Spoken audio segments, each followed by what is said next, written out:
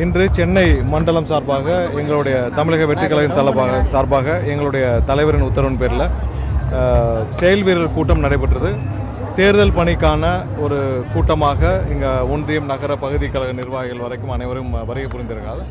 So அனைவருக்கும் தேர்தலில் எப்படி பணியாற்ற வேண்டும், எவ்வாறு பணியாற்ற வேண்டும், அவர்களுக்கு நம்மளுடைய கட்சியின் நிலைப்பாடு என்ன, ஒவ்வொரு இடத்திலும் எப்படி செய்ய வேண்டும் என்பதை எங்களுடைய தலைவர் கடந்த வாரம் மாநிலம் முழுவதும் அனைத்து நிர்வாகிகளுடன் செயல் வீரர் கூட்டத்தை துவங்கி வைத்தார். அதன் அடுத்த கட்டமாக இன்று சென்னை மண்டலத்தில் சென்னை மாவட்ட அனைத்து நிர்வாகிகளும் வரவைக்கப்பட்டு இன்று செயல் வீரர் கூட்டம் வெற்றிகரம் நடைபெற்றது. இதே அடுத்த கட்டமாக அனைத்து மண்டலங்களும் நடைபெற்று தேர்தலுக்கான தயாரிப்பு பணிகள் முழு மூச்சில் நடைபெற்று முடியும் என்பதை தெரிவித்துக் கொள்கிறேன். வேறு ஏதாவது கூட்டம் தமிழ்நாடு ஃபுல்லாக திட்டமிட்டிருக்கோம். 26ஆம் தேதி ஸ்டார்ட் பண்ணுறது ஏதாவது ரீஷெட்யூல் பண்ணியிருக்கோமா, எப்படி பிளான் பண்ணியிருக்கோம்? இல்லை, அதில் ஒரு சில மாற்றங்கள் செய்யப்பட்டுள்ளது. ஏன்னா மண்டலம் வாரியாக மாவட்டம் வாரியாக நடத்துவதாக இருந்து இப்போ மண்டலம் வாரியாக அனைத்து மாவட்டங்களையும் கூட்டி நடத்தப்படுது. ஒரு சில மாற்றங்கள் செய்யப்பட்டு தமிழகம் முழுவதும் இருக்க அனைத்து மாவட்டங்களிலும் இதே போன்ற செயல் வீரர் கூட்டம் தலைவருடைய பரப்புரை எப்போ வீட்டு கட்சி தொடர்கள் ரொம்ப விரைவில், ஏன்னா இடம் பார்க்கும் பணிகள் நடைபெற்றுட்டு வருது. விரைவில் ஒரு சில நாட்களில் உங்களுக்கு அதுக்கான என்ன திட்டமிடல்னு தெரியும். அப்புறம் அந்தந்த இடங்கள் ஃபைனலைஸ் ஆனோடனே உடனே அறிவிப்புகள் வரும்.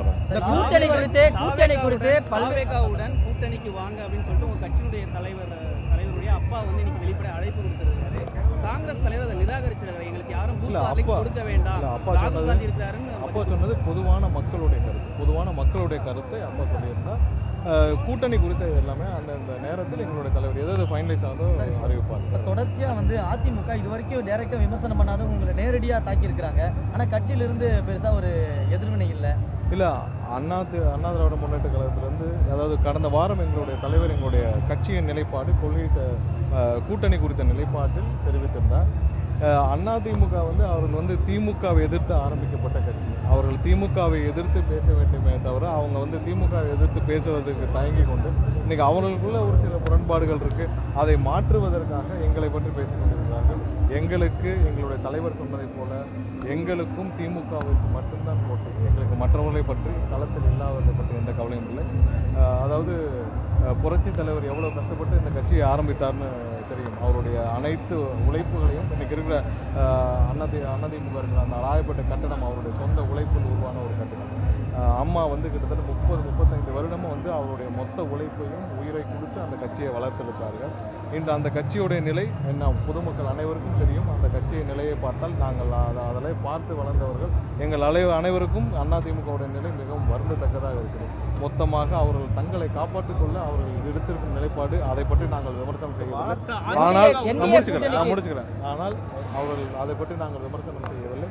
எங்கள் தலைவர் சொன்னதை போல எங்களுக்கும் திமுகவிற்கு மட்டும்தான் போட்டி, மற்றவர்களை பற்றி பேச நாங்கள் விரும்பவில்லை. மற்ற வேற ஏதாவது கரூர் சம்பவத்தில் உங்களுக்கு தொடர்பு இல்லையான்னு ஒரு கேள்வி கேட்குறாங்க. கரூர் சம்பவத்தில் உங்களுக்கு தொடர்பு இல்லையா அப்படிங்கிற ஒரு கேள்வி கேட்குறாங்க. இல்லை, கரூர் சம்பவத்தில் என்ன நடந்துச்சுன்னு உங்களுக்கும் தெரியும், எனக்கும் தெரியும், அங்கே இருக்கிற பொதுமக்கள் தெரியும். என்னை விட அதிகமாக அங்கிருந்த ஊடகங்கள் உங்கள் அனைவருக்கும் தெரியும் ஒவ்வொரு இன்ச்சும் என்ன நடந்துச்சு. ஏன்னா நீங்கள் எல்லாம் அப்போ இருந்து எங்களோட ட்ராவல் பண்ணீங்க. அப்போவும் இவர்கள் யாரெல்லாம் எங்களுக்கு ஆதரவாக பேசினாலும் அவர்களும் எங்கேயும் மறைச்சு பேசலாம். அவங்களுக்கும் கலை நிலவரம் தெரிஞ்சு அங்கே என்ன நடந்ததோ அதை தான் பேசினாங்க. இன்னைக்கு அவர்கள் அரசியலுக்காக எப்பவும் மாற்றி பேசுவாங்க. நேற்று அரசியலுக்காக ஒவ்வொரு கூட இருந்தவர்களையும் மாற்றி பேசியவர்கள் இன்னைக்கு அவர்களே மாற்றி ஒவ்வொரு கூட்டணி அவங்க எப்படி ஃபார்ம் பண்ணியிருக்காங்கன்னு தெரியும். அந்த கூட்டணியில் இருக்கவங்க எப்படி வேணாலும் மாற்றி பேசுவாங்க. கரூர் சம்பவத்தில் என்ன நடந்தது பொதுமக்கள் அனைவருக்கும் தெரியும், உங்களுக்கும் தெரியும். அதுக்கு வேற செங்கோட்டையன் யாரு கேள்வி பாருங்க. இல்லை, அண்ணன் செங்கோட்டையன் மீது இதுவரை ஏதாவது ஒரு சின்ன ஊழல் குற்றச்சாட்டு இருந்தால் நீங்கள் சொல்லலாம், ஏதாவது ஒரு ஊழல் வழக்குகள் இருந்தால் சொல்லலாம். எங்கள் கட்சியில் எங்களுடைய தலைவருடன் பயணிப்பவர்கள், எங்களுடைய தலைவர் போனான்னா அன்னைக்கு சொன்ன மாதிரி தான் அவர் தலைவருடன் பயணிப்பவர்கள் அவரை மாதிரியே இருக்க வேண்டும் என்பதுதான் எங்களுடைய தலைவருடைய வேண்டுகோள். அப்படி இருப்பவர்கள் மட்டும்தான் எங்களோட தலைவரோட பயணிக்க முடியும். என்டிஏ கூட்டணிக்கு வரல அப்படின்னா விஜய் ஒரு 0 அப்படின்னு தமிழிசை சவுந்தரராஜன் இல்லை, அக்கா தமிழிசை அவர்கள் நிறைய சமய வளமாக நிறைய எங்களுடைய கட்சியை பற்றி பேசிகிட்டு இருக்காங்க. நான் ஒரே ஒரு கருத்தை மட்டும் நான் சொல்லிக்கிட்டு முடிச்சுக்கணும்னு பார்க்குறேன் தமிழிசை அக்கா பற்றி. ஏன்னா 25 வருஷமாக அக்கா அரசியலில் இருக்காங்க. இதுவரை அவங்க எந்த தொகுதியிலையும் அவங்க வந்து நிற்கிறாங்க. இது ஒரு ஒரு ஒரு ஒரு ஒரு ஒரு உதாரணமே போதும் ஒட்டுமொத்த அந்த கட்சி எப்படி இருக்குன்ட்டு. அவங்களுக்கு சொந்தமாக ஒரு தொகுதி இருக்கா? இல்லை. 25 வருஷமாக இருக்கிறவங்க இதுவரை மக்களை சந்தித்து அவருடைய தொகுதியில் இந்த தொகுதியில் நான் எம்எல்ஏ ஆவேன் அப்படின்னு ஒரு தொகுதி இருக்கா? ஒரு நாள் தூத்துக்குடி, ஒரு நாள் விருகம்பாக்கம், ஒரு நாள் வேளச்சேரின்னு நின்றுருக்காங்க. இப்படிலாம் இல்லாமல் மக்களை சந்தித்து மக்களுடன் இருந்து மக்கள் மீது நம்பிக்கை வைத்து அவர்கள் வேலை செய்தாலே போதும். மக்கள் அவர்கள் ஏற்றுக்கொள்வார்கள். தினமும் காலையில் எந்திரிச்சால் நாங்கள் கூட்டணியில் வர வேண்டும் என்று நாங்களும் 6 மாதமாக இதற்கு பதில் சொல்லிவிட்டோம். எங்களுடைய நிலைப்பாடு என்ன என்று தயவு செய்து அவர்கள் வந்து மக்கள் மீது நம்பிக்கை வைத்து அதை போய் பணியாற்ற வேண்டும். எங்களை பற்றி தேவையில்லாமல் நாங்கள் ஏதாவது தேவையில்லாத எங்களுடைய கவனம் எங்கே என்று எங்களுக்கு தெரியும். நாங்களை மக்களை சென்று சந்திக்க வேண்டும். திமுக தான் எங்களுடைய தமிழகத்துடைய அரசியல் எதிரி. அவர்களை எங்கெங்கே நாங்கள் மக்களிடம் எக்ஸ்போஸ் பண்ணுவோம் அதை பண்ணிட்டு இருக்கோம். தேவையில்லாமல் எங்களை பற்றி பேச வேண்டாம் என்பது எங்களுடைய தாழ்வு. வேட்பாளர் தேர்வில் தீவிரம் காட்டிட்டே கூட்டணி குறித்து பேசினா டெல்லியில இருந்து கண்காணிக்கிறாங்க அப்படின்ட்டு உங்க கட்சியினுடைய ஒருங்கிணைப்பாளர் வந்து பேசியிருக்காரு. என்ன நடக்குது? டெல்லியில இருந்து ஏதோ அழுத்தம் இருக்கா? இல்ல உங்களுக்கு கூட்டணியில யாரும் வரவிடாத அளவுக்கான சில சூழ்ச்சிகள் நடக்குது? எல்லாருக்கும், அதாவது கூட்டணியில் நாங்கள், ஏன்னா எங்களுக்கு இருக்கிற மக்கள் செல்வாக்கு இந்தியாவில் யாருக்குமே கிடையாது.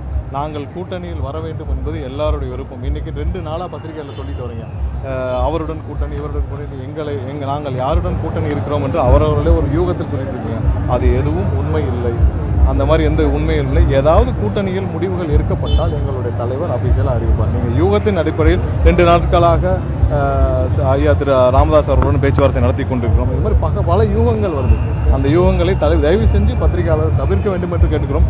ஏதாவது ஒரு அபிஷியல் அறிவிப்பு வருதுன்னா எங்கள் தலைவர் மூலியமாக கண்டிப்பாக வரும். வேட்பாளர் தேர்வு தீவிரமாக இருக்கு. தலைவர் எந்த தொகுதியில் நிற்கிறாரு?